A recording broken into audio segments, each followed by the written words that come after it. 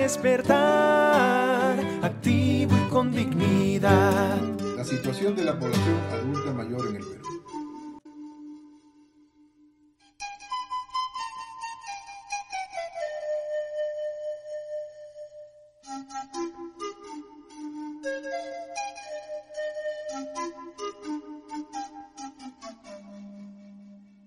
En estos momentos dramáticos de coronavirus y otras enfermedades emergentes, es adecuado recapacitar sobre nuestros adultos mayores, o sea, sobre las personas de 60 o más años, según las Naciones Unidas, que son las más vulnerables frente a los problemas de salud, los cuales vienen teniendo efectos fatales, incluso en el mundo más desarrollado.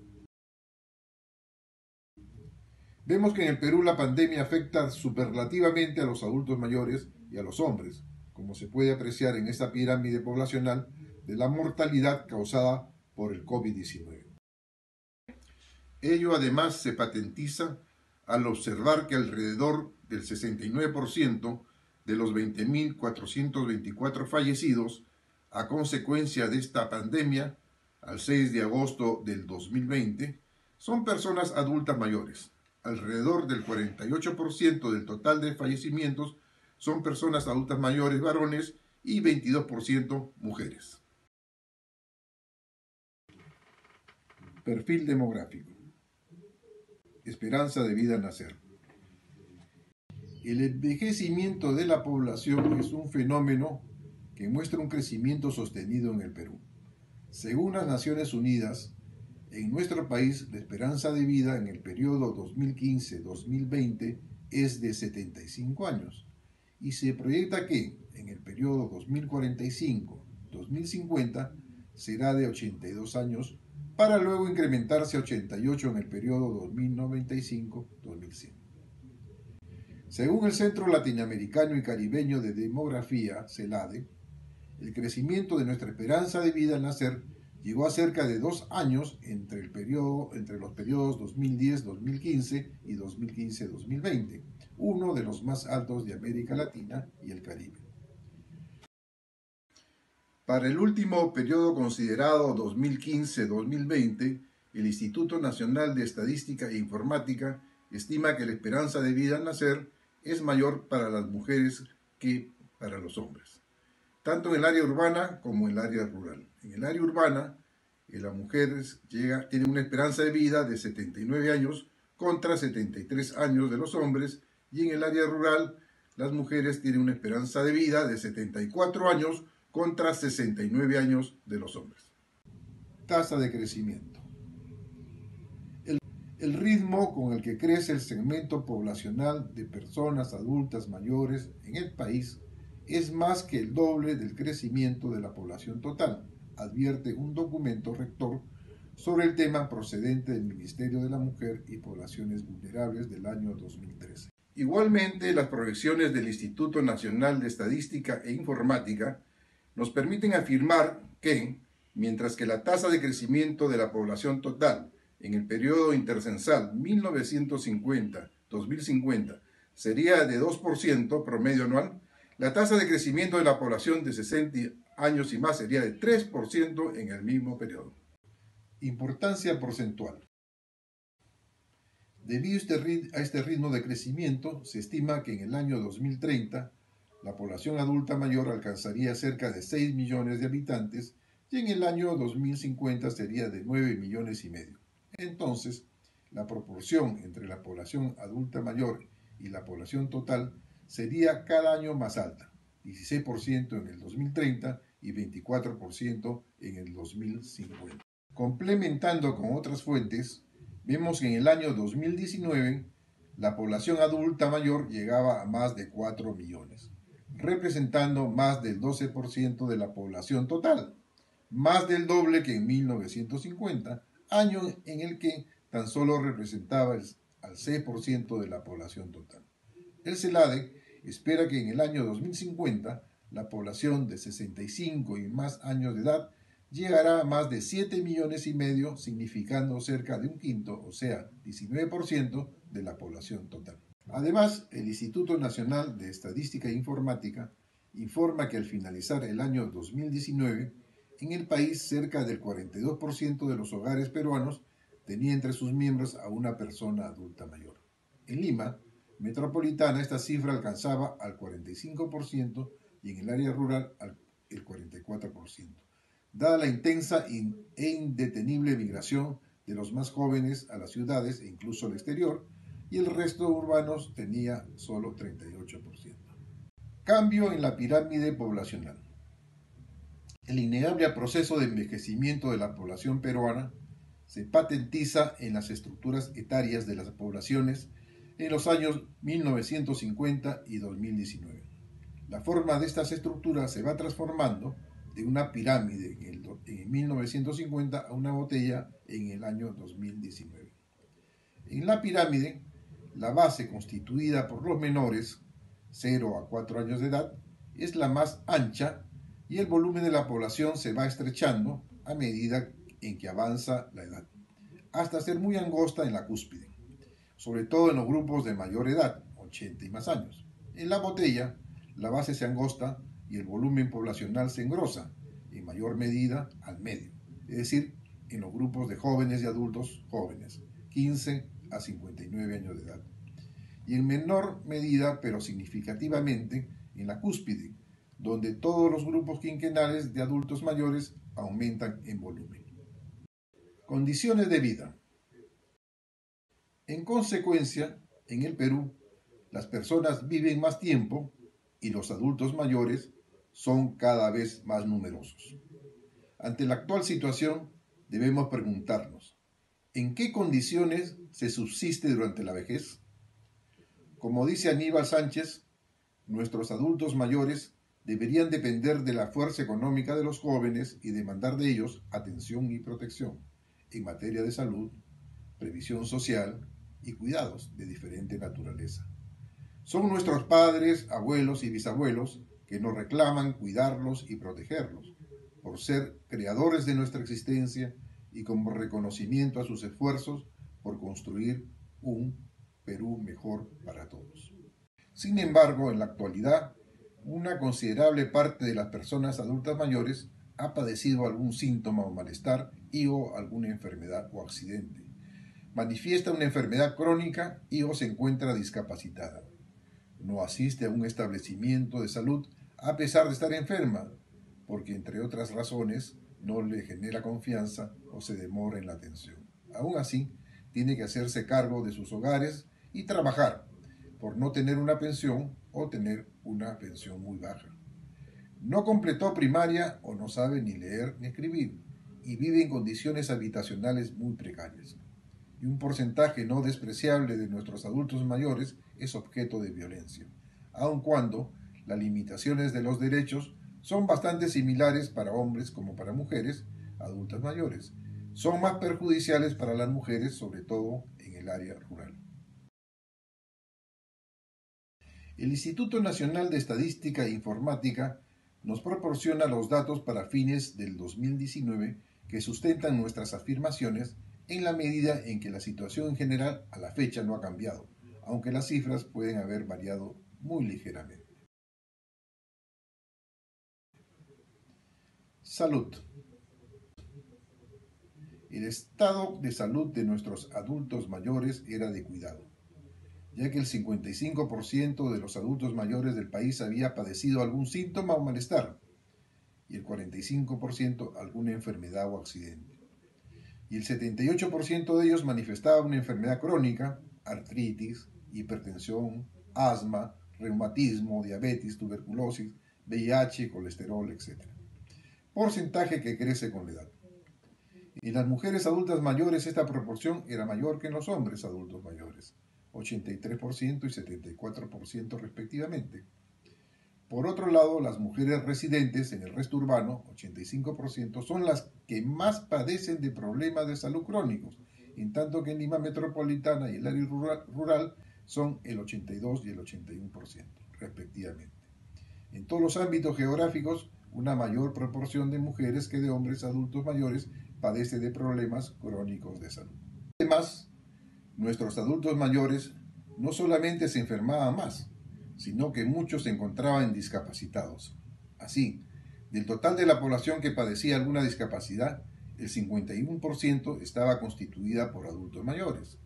Entre las mujeres este porcentaje llegaba a 56%, mientras que en los hombres alcanzaba a 46%. La incidencia de discapacidad es mayor en el área rural, 57%, comparada con el área urbana, 49%. Por grupos de edad, de los adultos mayores que presentan alguna discapacidad, el 15% tiene o tenían entre 60 y 70 años y el 36% de 71 a más años de edad. El 30% tenía dificultad para usar brazos y piernas, el 14% dificultad para oír, el 12% para ver y el 5% para entender o aprender. El 37% de los adultos mayores con alguna discapacidad tenía 2 o más discapacidades. Podría pensarse que nuestros adultos mayores estaban amplia y adecuadamente cubiertos por los seguros de salud y para atender sus problemas relativos a la misma, enfermedades y discapacidades. Pues del total de la población adulta mayor, el 83% tenía algún seguro de salud, sea público o privado. Aunque parezca irreal, este porcentaje era algo mayor en el área rural, 86%, que en Lima metropolitana, 83%, y el resto urbano, 81%. El 42% de los adultos mayores accedía solo al Seguro Integral de Salud, o sea, el SIS, y el 35% solo a EsSalud. A pesar de estas coberturas, la mayor proporción, 74%, de personas adultas mayores con algún tipo de problema de salud no asistía a un establecimiento de salud para atenderse, porque no lo consideraba necesario u optaba por remedios caseros o se autorrecetaba. El 23% no lo hacía porque el establecimiento de salud le quedaba lejos o no le generaba confianza o se demoraba en la atención. Sin embargo, según un estudio médico realizado con datos de la Encuesta Nacional de Hogares en el año 2015, la inasistencia de los adultos mayores a un establecimiento de salud era menor que la de otros grupos de edad adulta. 48% contra 59% entre 18 y 29 años, 56% entre 30 y 39 años y 55% entre 40 y 50 años. Ello debido principalmente a la necesidad de los adultos mayores de ser atendidos por comorbilidades, es decir, por una o más enfermedades o trastornos, además de la enfermedad o trastorno primario y por los efectos de estas enfermedades o trastornos adicionales. Trabajo. A pesar de su mayor riesgo de caer en la enfermedad o en la incapacidad, nuestros adultos mayores tenían que hacerse cargo de sus hogares. En el periodo de estudio existía un apreciable porcentaje de hogares del país, 28%, que tenía como jefe o jefa de hogar a un adulto o adulta mayor. Pero había más hogares conducidos por mujeres que por hombres adultos mayores, 34% contra 26% respectivamente.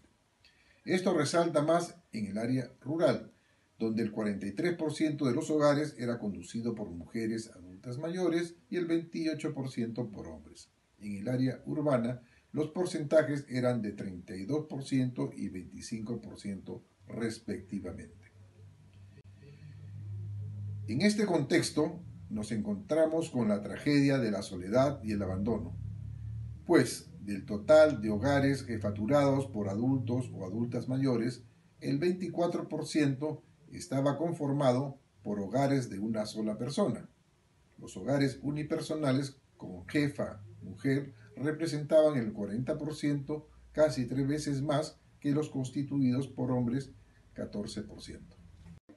Un estudio realizado por el Instituto Nacional de Estadística e Informática en el año 2017 sobre los adultos mayores de 70 y más años de edad que viven solos, señalaba que el 67% del total rural vivía en esa situación, frente al 29% del total urbano.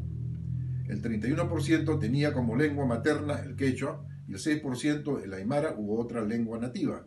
Además, un 24% era migrante, lo que podría contribuir más a su aislamiento.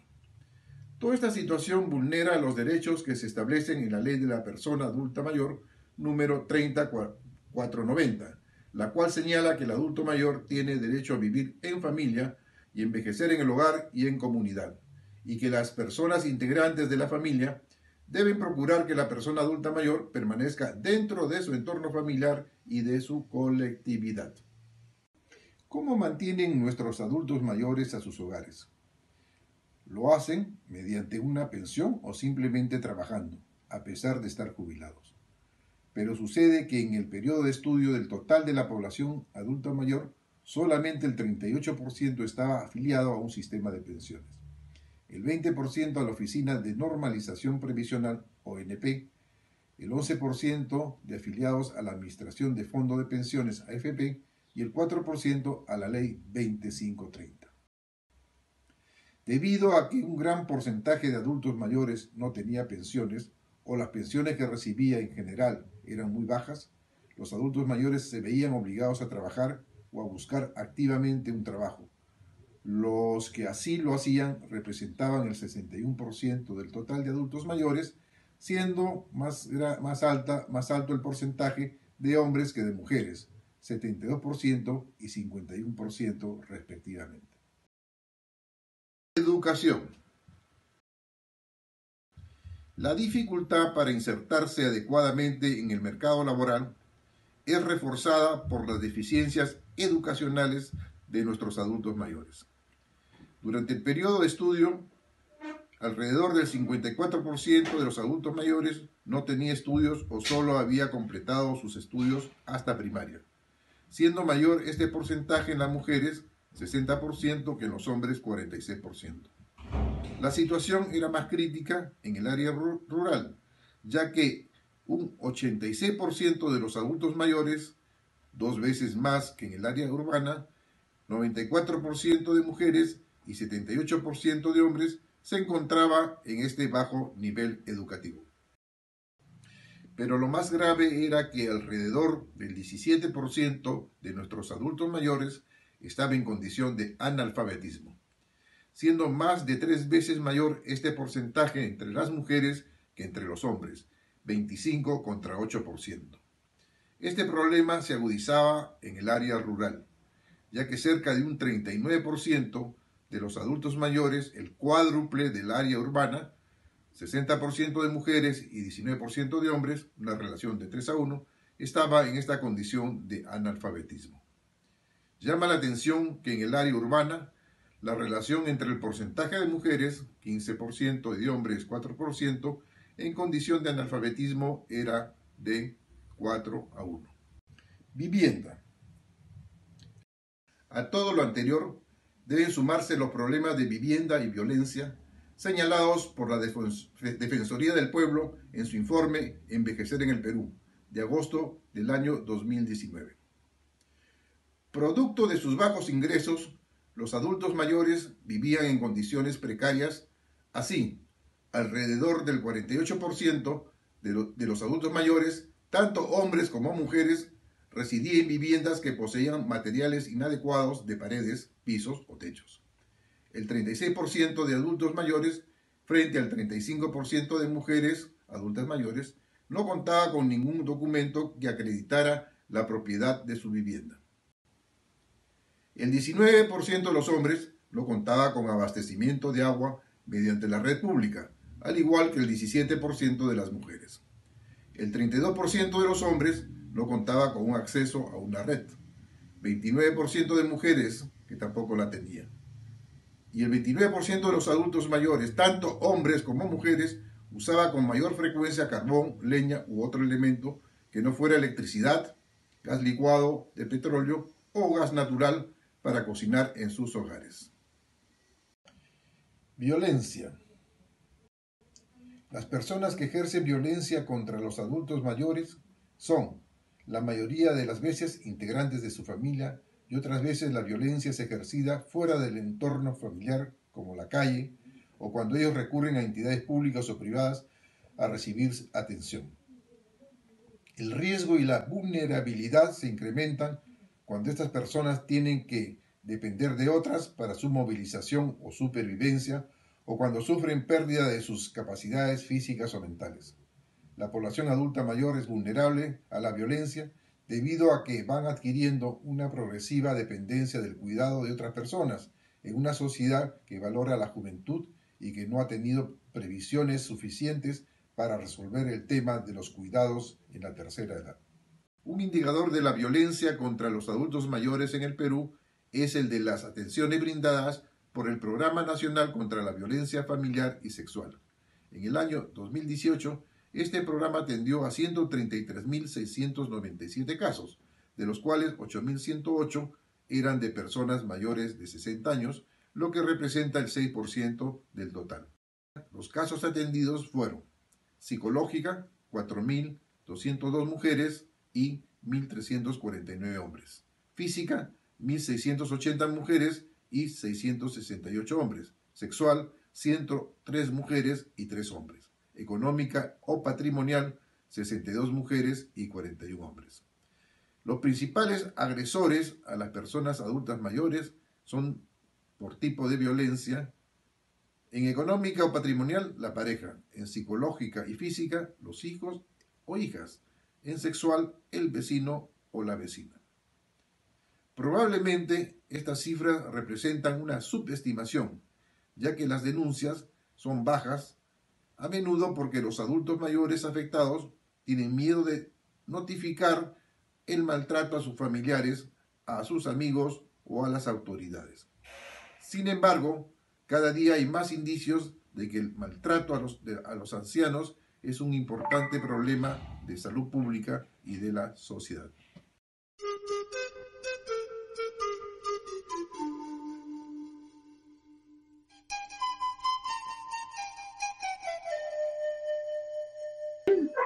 Buenas tardes.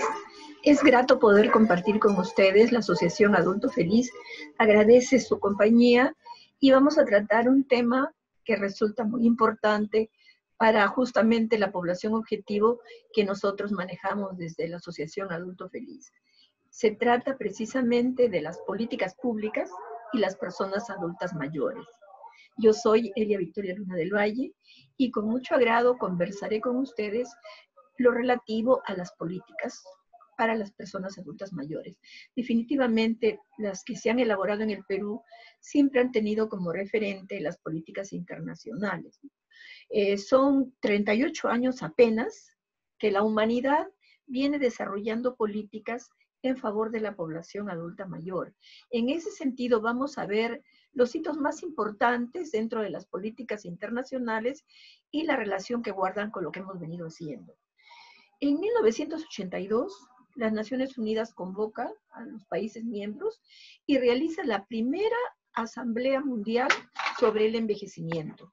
En este se reúnen justamente para reflexionar sobre el envejecimiento poblacional y como producto de esta asamblea surge el Plan de Acción Internacional de Viena, pues la reunión se realizó en la ciudad de Viena, en Austria, en 1982. Fue la primera vez que el tema del envejecimiento pasó a ser un tema en la agenda pública internacional. Sin embargo, pasaron 20 años, desde 1982 al 2002, para que se convocara la segunda Asamblea Mundial sobre Envejecimiento. Esta se realizó en Madrid, España, en el 2002, y como producto de los 142 países que se reunieron, entre los cuales estuvo el Perú debidamente representado con delegación oficial, se formuló el Plan de Acción Internacional de Madrid sobre el Envejecimiento. Sin embargo, los países de Latinoamérica y el Caribe llegaron a la reflexión que tal como estaba elaborado el Plan de Acción de Madrid, estaba un poco distante de las posibilidades reales de América Latina y el Caribe, pues sintieron que estaba más orientado al primer mundo. Entonces, con motivo de ello, se produjo la primera conferencia intergubernamental regional sobre envejecimiento que se realizó en Santiago de Chile en el año 2003. Allí también estuvo representado nuestro país y se elaboró un aterrizaje del Plan Internacional de Madrid a un plan que se podría desarrollar en América Latina. Luego de esta primera conferencia intergubernamental, se produjo la segunda conferencia regional intergubernamental, la misma que se llevó a cabo en Brasilia. Esto fue en diciembre del 2007 y también se le denominó a esta segunda conferencia Madrid +5, porque eran 5 años después que se había desarrollado el Plan de Acción Internacional de Madrid. Entonces, tuvimos la oportunidad de participar presencialmente en esta segunda conferencia. Llevamos una delegación peruana que estaba compuesta tanto por instituciones públicas como personas de la sociedad civil, ¿no? De organizaciones de personas adultas mayores. Lo importante de esta segunda conferencia fue que todos los países que estuvieron presentes de América Latina y el Caribe explicaron en 5 años cuál había sido su devenir, su caminar, sus logros, sus dificultades, ¿no? Y como producto de esta segunda conferencia, se generó la Declaración de Brasilia, que es un documento pionero muy importante en América Latina.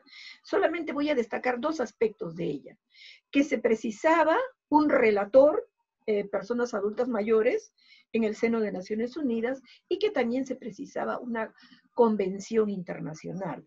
Sin embargo, los esfuerzos que hicieron en esta oportunidad Argentina, Chile, Uruguay, Brasil, México, no lograron esta acogida en las Naciones Unidas y entonces la mirada volteó hacia la Organización de Estados Americanos para desarrollar la conferencia en este seno.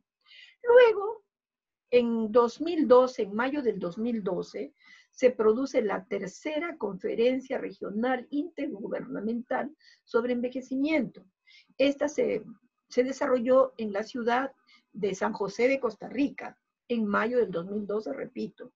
Tuve la oportunidad y el honor de presidir la delegación peruana a esta tercera conferencia. En ella tuvimos un rol ya más protagónico, ya fuimos invitados a participar en un grupo más pequeño en el cual se diseñó un importantísimo documento de política internacional que se denominó la Carta de San José. Este era casi como un antecedente de lo que a futuro posteriormente sería la convención. A lo largo de todos estos años se estuvo desarrollando la convención y finalmente se presentó en el 2015 ante la OEA, ¿no? Pero aparte de ello, se ha realizado la 4ª Conferencia Regional Intergubernamental sobre Envejecimiento, ¿no? Que se desarrolló en Asunción, en Paraguay, en junio de 2017. También asistió una delegación de Perú y como producto de ella se elaboró la Declaración de Asunción. Seguimos, por favor. Tenemos que en el Perú también se han dado normas importantes y vamos a ver, se han dado políticas y normas. Entre las políticas que se han dado en el Perú, la primera de ellas se denominó Lineamientos de Política para Personas Adultas Mayores. Esta se aprobó con el Decreto Supremo número 010 del 2000, ¿no? Y que fue el primer eslabón de la cadena de todo lo que se ha venido realizando, pensando en la vejez y en el proceso de envejecimiento, ¿no? A la luz de estos lineamientos de política que se trabajaron con tremendo aporte, no solamente de sectores gubernamentales, sino esencialmente con ONGs que trabajaban el tema de envejecimiento, con expertos, personas independientes, profesionales destacados, que trabajaron a lo largo de 1 año y medio para poder haber llegado a los lineamientos de política, ¿no? El cual, repito, se aprobó en el año 2000. En el marco de esos lineamientos se generaron 2 planes nacionales, el que fue del 2002 al 2006 y el que fue del 2006 al 2010. Sin embargo, ya habían transcurrido 10 años de los primeros lineamientos de política, los cuales, como fueron trabajados en gabinete, de alguna manera eran muy urbanos, citadinos y hasta limeñísimos.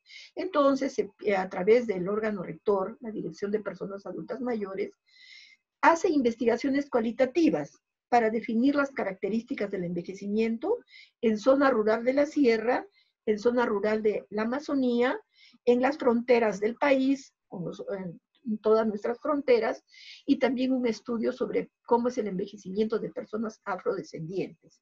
Con el producto de esas 4 investigaciones cualitativas, se tuvo insumos para producir una nueva política nacional, pero también se contó con el decidido aporte, trabajo indesmayable de la comisión multisectorial conformada por los sectores que están involucrados en el tema y también con las organizaciones representativas de las personas adultas mayores, ¿no? Entonces, esta política nacional se aprobó con el Decreto Supremo 011 del 2011 MIMBES, ¿no? Y en el marco de esta política se elabora el Plan Nacional para Personas Adultas Mayores, que tuvo un horizonte del 2011 al 2017. Cuando llegó a fines del 17, la CEPLAN, el órgano competente en planes, se nos acercó al ministerio para indicarnos que no se iban a elaborar ya nuevos planes nacionales y que debíamos apuntar a una política nacional para las personas adultas mayores. Esto fue a fines del 2017. Estamos en el 2020 y el presidente de la República en su discurso por Fiestas Patrias, el 28 de julio, indicó que el 2020 se va a publicar la Política Nacional para Personas Mayores.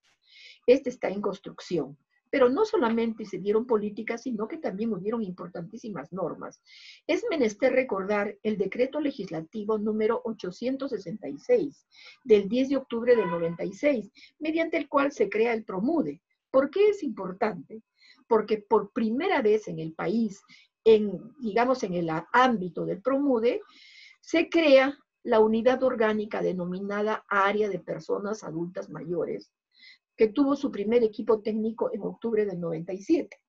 Es a partir de allí cuando realmente surgen las políticas públicas para la población adulta mayor. Luego se da la ley 28803, Ley de las Personas Adultas Mayores, el 19 de junio del 2006. Y por supuesto tenía que estar reglamentado, y eso fue a través del Decreto Supremo número 13/2006 del MIMDES, que aprobó dicho reglamento de la ley. Sin embargo, esta ley, como había sido elaborada por el Poder Legislativo, muy cercana como un espejo de la ley de Costa Rica, tenía muchos aspectos que no encajaban plenamente con nuestra realidad. A lo largo de la DIPAN muchas veces se pidió la modificatoria de la ley para hacerla más operativa, más realista. Sin embargo, todos los intentos nunca llegaron a generar la modificación hasta que el Congreso dio la ley 3490, Ley de la Persona Adulta Mayor, la cual se promulgó el 21 de julio de 2016. También fue reglamentada a través del Decreto Supremo 007/2018 MIP.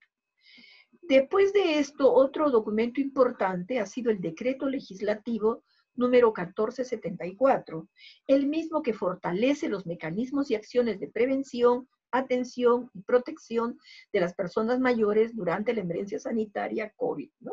Y finalmente el Decreto Supremo número 139/2020, PCM, para contrarrestar la pandemia que ha sido dada apenas el 12 de agosto del 2020. Continuamos.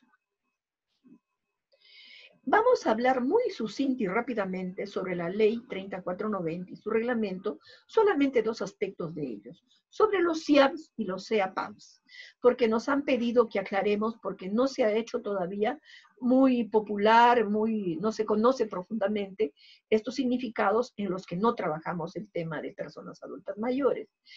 ¿Qué es un CIAM? Es un Centro Integral de Atención al Adulto Mayor. Sus siglas son CIAM. En el artículo 11 de la Ley 3490 nos dice que son servicios creados por los gobiernos locales, ya sean provinciales o distritales, cuya función principal es la coordinación y articulación de intervenciones locales con entidades públicas, privadas, la sociedad civil. ¿Para qué? Para la atención de la problemática de las personas adultas mayores de su jurisdicción. O sea, en cada gobierno local debe haber una instancia denominada CIAM para atender los problemas de las personas adultas mayores que viven allí. En el 11.2 de la ley nos dice cuál es el funcionamiento de los CIAM. El CIAM, o sea, Centro Integral de Atención al Adulto Mayor, ejerce sus funciones dentro del área del desarrollo social de cada gobierno local. Tiene que hacer un diagnóstico conjuntamente con las personas mayores para conocer sus necesidades, sus potencialidades. Luego de esto elabora un reglamento interno y un plan de trabajo anual, los cuales tendrán los enfoques precitados en la ley Y entre otros promueve el CIAM el encuentro intergeneracional. No solo deben trabajar con personas mayores, sino establecer los puentes y los nexos con otros grupos etarios. Tiene que preocuparse por la participación e integración social, económica y cultural. Considerando que el principal talón de Aquiles de la población adulta mayor es el tema económico, esto es algo que también recae dentro de las funciones del CIAM. Debe preocuparse por que el envejecimiento sea activo y saludable. Para eso los CIAMs ya tienen una batería de actividades gerontológicas para promover ello, ¿no? La igualdad de oportunidades, la no discriminación y la defensa de sus derechos. Probablemente esta sea la función más importante del CIAM y que no todos a veces tienen las herramientas para complementarlo, ¿no? Y el otro eje es el autocuidado de la salud. O sea, el CIAM debe trabajar por promover que las personas adultas mayores autocuiden su salud, porque esta es la única manera de tener un envejecimiento digno, activo, productivo y saludable. Las actividades que desarrolla un CIAM deben ser en un ambiente de concertación y que esté totalmente de acuerdo con los intereses de las personas adultas mayores usuarias del CIAM y que involucren también a sus familias, ¿no? O sea, que las familias sepan lo que se hace en el CIAM y cómo siguen apoyando ya en los domicilios, ¿no? Luego, el artículo 13 de la ley nos habla de los centros de atención para personas adultas mayores. Su sigla es CEAPAM. Son espacios que pueden ser públicos o privados, accesibles, en los cuales se prestan servicios de atención básica, integral, especializada y multidisciplinaria, dirigida tanto a personas adultas mayores autovalentes como aquellas que son dependientes. Esto es de acuerdo a sus necesidades de cuidado y promoviendo en todos los casos su autonomía e independencia. ¿Cómo se clasifican los CEAPAMs? Uno, en centros de atención residencial. Estos centros de atención residencial son gerontológicos, geriátricos y mixtos. En el primer caso, si las personas son autovalentes, en el segundo es dependientes, y en el tercero, si un CEAPAM tiene personas tanto autovalentes como dependientes, ¿no? También son los centros de día, ¿no? Que los cuales no ofrecen residencia, sino simplemente atienden en el día, y también los centros de atención de noche, que ofrecen servicios, como su nombre lo indica, en la noche, ¿no? Continuemos. El decreto legislativo 1474 fortalece mecanismos y acciones de prevención, atención y protección de la persona mayor durante la emergencia sanitaria ocasionada por el COVID-19. O sea, este decreto legislativo ha sido dado en el marco de la pandemia y la emergencia sanitaria. En ese sentido, ¿qué nos dice sobre el CIAM? Aquí los CIAMs deben tener su data absolutamente actualizada, su registro nominal, deben tener cuáles son las necesidades y características de las personas, sobre todo con una mirada intercultural, ¿no? ¿Para qué? Para que las autoridades les pidan esta data a los CIAMs y tomen decisiones muy acertadas en la emergencia sanitaria. Los CIAM deberán generar herramientas para la atención de las personas adultas mayores durante la emergencia, posiblemente de carácter remoto, porque no se puede acudir a unos CIAMs. Deben articular también el soporte comunitario y gestionar la atención de alertas de personas adultas mayores. Los gobiernos locales que no contarán con CIAM, porque lamentablemente hay algunos que no lo tienen, el rol será asumido por la Gerencia de Desarrollo Social o la que haga sus veces. ¿Qué significa esto? Que todos los gobiernos locales, independientemente de si tienen CIAM y no, deben trabajar en lo que está establecido en el decreto legislativo 1474. En el artículo 9 habla sobre el descarte del COVID. Nos dice que cualquier persona adulta mayor que ingrese a un centro público, a cualquier dependencia pública, el MINSA y Salud deben disponer de inmediato que se les realice las pruebas de descarte del COVID-19. En caso que existiera el contagio de una persona mayor en un CEAPAM, el responsable del mismo coordinará con las autoridades sanitarias para la atención, aislamiento, tratamiento, hasta la plena recuperación de la persona mayor, ¿no? Y a la vez realizará pruebas de descarte a todas las otras personas mayores residentes y al personal que trabaja allí. Si se prueba el contagio, El CEAPAN debe aislar a la persona mayor, ¿no? Y de ser necesario, el MINSA de Salud dispondrá su traslado a un centro especializado para su mejor atención. En el caso también del decreto legislativo 1474 tiene en el artículo 10 una medida muy importante. En las entidades del Estado, si hay una persona adulta mayor que está trabajando, se le debe asegurar el acceso y la continuidad de su vínculo laboral, ¿no? Se debe priorizar en su caso el trabajo remoto. Ahora, si por alguna razón, supongamos que es un señor chofer, no puede hacer su trabajo remoto, entonces tendrá que darle licencia remunerada con cargo a que compense, ¿no?, las horas no trabajadas luego de superada la emergencia, ¿no? Y no se debe perjudicar tampoco el cálculo de las pensiones de acuerdo a la normatividad vigente. También se va a brindar, y esto es muy importante que lo comparta con todos y todas ustedes, si hay personas de diferentes edades que conviven con una persona adulta mayor, que pueden ser sus padres, sus abuelos, entonces pueden solicitar trabajo remoto para poder atender simultáneamente a las personas mayores de su casa. Y si igual no se le podría dar trabajo por la naturaleza de su labor, les podrán dar licencia con goce de haber y con cargo a compensarlo, con el propósito que las personas adultas mayores estén cuidadas en este tiempo de emergencia sanitaria. En el artículo 13 de los CEAPANs nos dice que los acreditados o no deberán cumplir las disposiciones de bioseguridad establecidas por el MINSA. ¿Por qué habla de los acreditados o no? Los CEAPAN deberían contar con la licencia municipal. Muchas veces los municipios no le dan la licencia por no darle el índice de uso, la zonificación que corresponde a un CEAPAN. Entonces, ¿qué hace aquel grupo de personas o propietarios de un CEAPAN que no ha logrado su licencia municipal? Ya no puede ir al MIP a acreditar, ¿no? Y por lo tanto empieza a funcionar clandestinamente, sin licencia y sin acreditación, ¿no? Es necesario trabajar mucho en ese sentido. Por el momento, los no acreditados no se pueden clausurar, así no cuenten con licencia y funcionamiento, mientras dure la emergencia, a menos que la autoridad sanitaria decida su traslado a otro CEAPAN de manera adecuada. El personal de los CEAPAN deberán permanecer en los centros, pernoctar y tomar sus alimentos allí, para evitar el contagio, que estas personas salgan, ¿no? Y en los transportes públicos, en los otros espacios, puedan transmitir el virus a las personas que están residiendo en estos centros.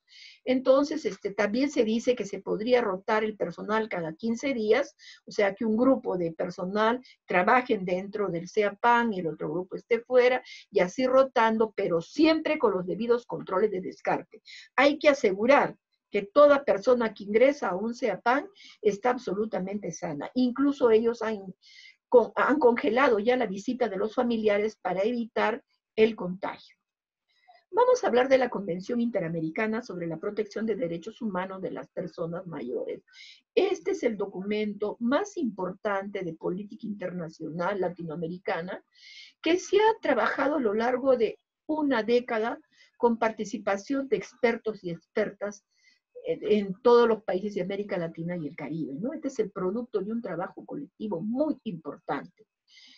¿Qué nos dice en todo caso la Convención Interamericana? Fue aprobada el 15 de junio del 2015 por la Asamblea General de la Organización de Estados Americanos, ¿no? Con la respectiva resolución de Asamblea General. ¿Cuál es el objetivo que tiene la Convención? Promover, proteger y asegurar el reconocimiento y el pleno goce y ejercicio en condiciones de igualdad de todos los derechos humanos y libertades fundamentales de la persona mayor, a fin de contribuir con su plena inclusión, integración y participación en la sociedad.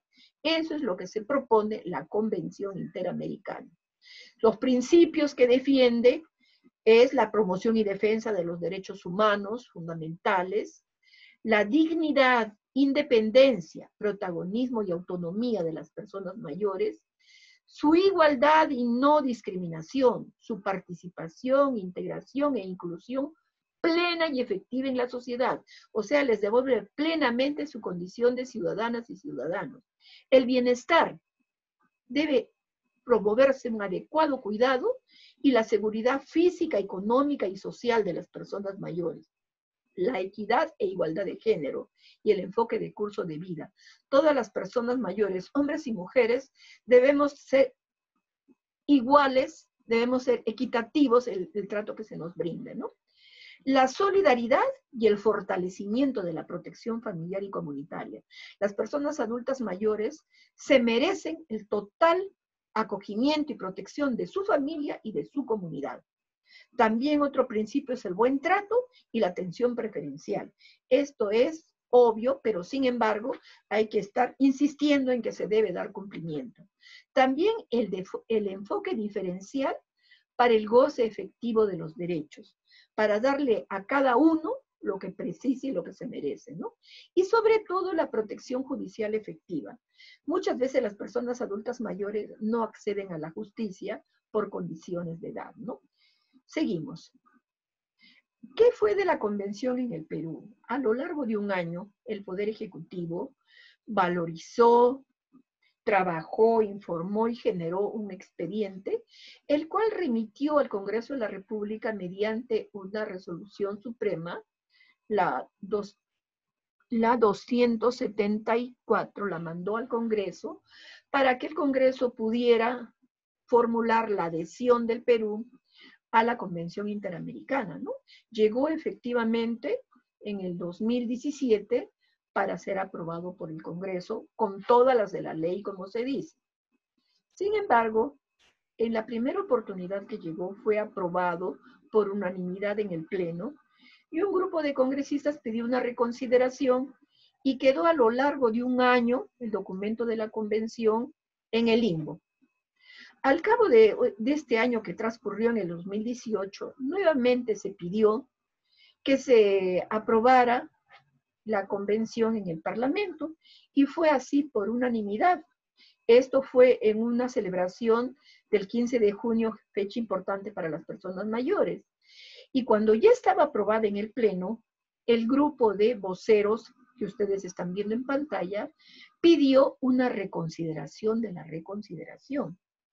¿Y en qué se basaba? Que en la declaración de la convención dice que todas las personas adultas mayores, independientemente de su etnia, de su edad, de su religión, de sus ideas políticas, de su género, de su orientación sexual, todas y todos son iguales y merecen que se respete sus derechos humanos. Pues los señores congresistas firmantes dijeron que el tema de género y diversidad sexual era antijurídico, y por eso lo detuvieron allí, el documento de la convención.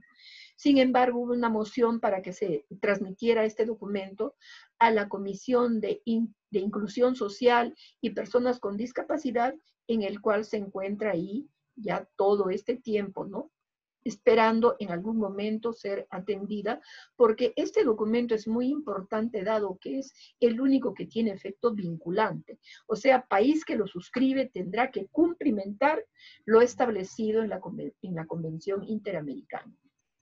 Luego aquí vemos la política nacional con relación a las personas adultas mayores, es la que está vigente y que fue aprobada en el 2011. Es un instrumento de gestión y orientación para desarrollar una política integradora. Tiene un enfoque de género, tiene una mirada intergeneracional e intercultural. La característica fundamental reside que por primera vez en nuestro país las políticas públicas sectoriales parten desde una mirada cualitativa. ¿Se acuerdan ustedes que hicimos varias investigaciones cualitativas para alimentarla? Se incluye la situación, la problemática y las alternativas de la población adulta mayor que vive en zonas rurales. Por esto esta política nacional es muy valiosa hasta el momento. Ella tenía 4 ejes: el envejecimiento saludable, que considera salud, tanto promoción de la salud como prevención de la enfermedad, y el área de asistencia médica. El tema de nutrición y el uso del tiempo libre. O sea, salud, nutrición y uso del tiempo libre vienen a constituir la primera política de envejecimiento saludable. La segunda alude a empleo, previsión y seguridad social. La tercera, participación e integración social. Y la cuarta, educación, conciencia y cultura sobre el envejecimiento y la vejez. Hay que señalar que estos 4 ejes de política son los que el Perú ha manejado desde el año 2000, cuando formula sus primeros lineamientos de política. A lo largo de estos 20 años se ha conservado esos ejes en la política nacional. Aquí tenemos la política nacional para las personas mayores, que actualmente está en construcción y que, según nuestro presidente, este año va a ser finalmente promulgada. Ese plan indica que cualquier política tiene que responder a un problema público. En este caso, luego de un importante diagnóstico, se ha determinado que el problema público principal para la población adulta mayor es la discriminación por edad en la vejez. Alude a cualquier distinción, exclusión o restricción basada en la edad, que tenga como objetivo o efecto anular o restringir el reconocimiento, goce o ejercicio en igualdad de condiciones de los derechos humanos. Y en la esfera política, económica, social, cultural o en cualquier otra esfera de la vida pública y privada. Entonces, no puede haber discriminación en la vejez por razones de edad ni por ninguna otra. Este es el problema público al cual va a atender la política que está en construcción. Ellos encontraron una situación actual en el diagnóstico que hicieron. ¿A qué se refería la discriminación estructural por motivo de edad en las personas mayores? Se ha encontrado 7 causas estructurales. A, vulneración del derecho al buen trato. B, inadecuado cuidado para las personas adultas mayores, las cuales muchas veces están confinadas en su domicilio o en un centro de atención, simplemente como si fuese un almacén de personas, ¿no? El punto C, inadecuado sistema de salud para las personas adultas mayores. Es de todos conocido que es un sector muy pequeño el que accede a esa salud. La mayoría de las personas adultas mayores solamente participan en el seguro integral de salud, que cubre capa simple y no puede acceder a toda la problemática y la patología que puede llevar un envejecimiento, ¿no? D, sistema previsional no sostenible. De los 4.080.000 personas adultas mayores que actualmente tenemos en el Perú, solo 1/3 ha participado en algún sistema previsional, ya sea de las AFPs o de la ONP. Y los otros 2/3 integran el grupo de los no jubilados, no jubiladas, no porque no hayan trabajado, sino porque el sistema estructural, la sociedad, no les dio un espacio formal dentro del aparato productivo, de tal manera que después de 30, 40, 50 años de trabajar, no tienen una pensión que cubra su vejez. Y estas personas tienen que seguir trabajando hasta el momento de la muerte porque no podrían sostenerse. El E, inadecuado sistema educativo en beneficio de las personas mayores. Cerca del 20% de la población adulta mayor se encuentra en situación de analfabetismo, especialmente mujeres dentro de ellas. Y también la gran mayoría de personas mayores, sobre todo que se encuentran en el interior del país, si bien es cierto han llegado a cubrir educación inicial, con el paso de los años y la poca práctica de ella, podrían considerarse como analfabetos funcionales. Es una gran deuda que el sistema educativo tiene con la población adulta mayor. Y F, exclusión en los espacios de participación social y productiva. Efectivamente, las personas adultas mayores que muchas veces están confinadas en sus domicilios o en sus centros, no están, por ejemplo, integrando un movimiento político como lo hay en otras latitudes para luchar por los derechos de las personas mayores. Y también no pueden participar activa y productivamente, ¿no?, en el ámbito de generación de ingresos. Luego, vamos a comentar muy rápidamente el Decreto Supremo 139/2020 de los pasados días de agosto, ¿no? Él alude en su artículo 8, personas en grupo de riesgo para COVID-19, entre el cual señala que las personas mayores de 65 años, como son población en situación de riesgo, no pueden salir de su domicilio. Excepcionalmente pueden hacerlo para alguna consulta médica, para alguna gestión financiera, para la adquisición de alimentos o medicinas si no tuvieran quien lo haga por ellas, ¿no? Les dan muy pocas salidas y más aún la norma dice que no deben recibir visitas en su domicilio y deben evitar el contacto físico con las personas que salieran de su domicilio, ¿no? Entonces, también se ha puesto que aquellas personas adultas mayores que están trabajando deberían prestar servicio en trabajo remoto, ¿no? Y si no, si voluntariamente concurren, deberán estar autorizadas, ¿no? Y ajustarse a los dispositivos emitidos en este sentido. Entonces, este decreto supremo ha sido dado con la mejor intención. Mi abuela decía que el infierno está empedrado de buenas intenciones. Ha tenido una mirada estrictamente cronológica, solamente ha mirado la edad cronológica y no ha considerado la edad funcional de las personas mayores y mucho menos la edad social. Estos tres manejos, ¿no? La edad cronológica, la edad funcional y la edad social son los tres rubros que la gerontología moderna indica que se debe trabajar para calificar, evaluar y atender a las personas mayores. Este decreto supremo lo ha obviado esa mirada y simplemente se ha basado en la edad cronológica. Es por eso que muchos y muchas especialistas en el tema indican que este decreto supremo constituye un flagrante caso de justamente lo que acabamos de decir, que está discriminando por edad. Es lo que muchos especialistas indican. Por otro lado, cuando se elaboraron todas las políticas públicas en el Perú desde el año 2002 hasta el año 2011, no contábamos con una política internacional de la calidad de la Convención Interamericana que ahora existe. Ahora que ya está dada desde el 2015 la Convención y que el Perú a la corta o a la larga se va a adscribir a la misma, suponemos que la política nacional para las personas mayores que está en construcción tiene que tenerla como referente, tiene que tener como su mirada, su proyección hacia la convención, porque de todas maneras nos vamos a adherir a la misma, entonces no sería lógico que nuestra política no tuviera como principal referente y antecedente justamente la convención. Sin embargo, tenemos políticas pendientes que no han sido cubiertas dentro de la política nacional. Efectivamente, en el país no contamos con una política que aluda a cuidados paliativos para personas adultas mayores. Esto es dramático porque justamente cuando ya las personas mayores llegan a un momento de su vida que tienen que partir, se precisa contar con una buena política que administre cuidados paliativos para este sector de la población. Otro tema no abordado, personas privadas de su libertad. Si efectivamente son en número pequeño, sin embargo son personas adultas mayores que se encuentran confinadas en un centro penal y que requieren que las políticas de su país las consideren en su condición especial de privado de la libertad.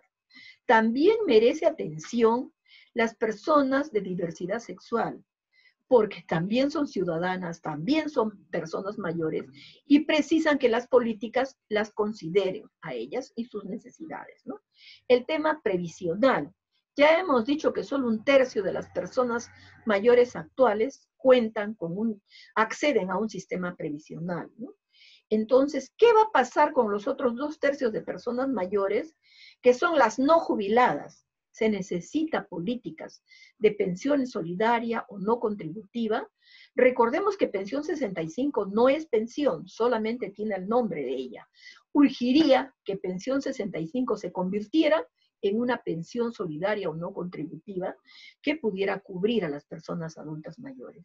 Y también las políticas tienen que tener en cuenta que si el principal problema de la persona adulta mayor es su situación económica, cómo dentro de una política se establecen las herramientas, las metodologías, los procedimientos, los caminos para generar ingresos en el envejecimiento.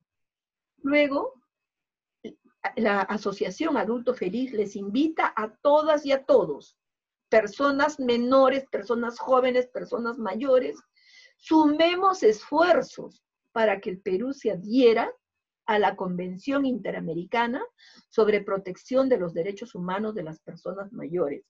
Repito, al tener un efecto vinculante, hace que cuando el Perú la haya suscrito, debe generar todas las condiciones para que nosotras, las personas adultas mayores, podamos tener un envejecimiento digno, activo, productivo y saludable. Bueno, finalmente, vamos a decir a través de la Asociación Adulto Feliz, les agradecemos por habernos acompañado en este esfuerzo. Tenemos todo un programa con motivo de la celebración del Día Nacional de la Persona Adulta Mayor. A través de nuestras redes pueden informarse, tenemos múltiples actividades porque para nosotros agosto es el mes de la persona adulta mayor. Muchas gracias.